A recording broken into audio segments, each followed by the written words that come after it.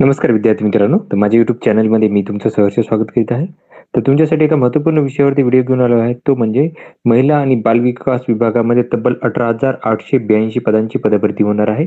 याची माहिती जी आहे ते महिला आणि बालविकास मंत्री जे आहेत आदिती तटकरे यांनी दिलेली आहे. तर आज एक मीटिंग झालेली आहे. त्या मीटिंगमध्ये तुम्ही बघू शकता ही मीटिंगची छायाचित्र आहेत. त्याच्यामध्ये बघू शकता की यांनी ही मीटिंगमध्ये ही माहिती दिलेली आहे.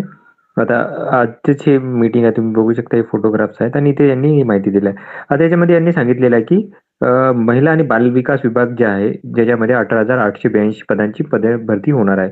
आता याच्यामध्ये जर बघितलं तर महिला व बालविकास विभागामध्ये विविध पदाकरिता पदभरती करण्यासाठी आज मंत्रालयामध्ये बैठक घेतली. याच्यामध्ये जर बघितलं तर शासनाने 70,000 पदांची पदभरती करण्याचा निर्णय घेतला असून त्याच्यामध्ये जर बघितलं तर हे बालविकास विभागामध्ये जर बघितलं तर टोटल अंगणवाडी सेविका 5,839 एवढी अंगणवाडी सेविका आणि 13,243 एवढ्या अंगणवाडी मदतनीस अशा 18,882 पदभरती होणार आहे. आता जर बघितलं तुम्ही तर 14 फेब्रुवारी ते 2 मार्च दरम्यान याची काय करते की पदभरती राबवली जाणार असून बघा कधी आहे ते 14 फेब्रुवारी म्हणजे उद्यापासून ही पदभरती राबवली जाणार आहे आणि त्याच्यानंतर ही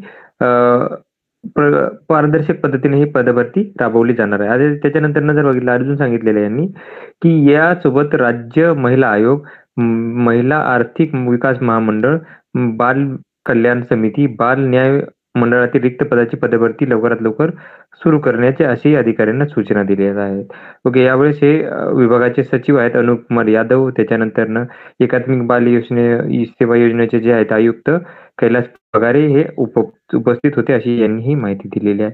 तर ही पदभरती लवकरच येणार आहे म्हणजे उद्यापासूनच ही पदभरती काय होणार की सुरू होणार आहे.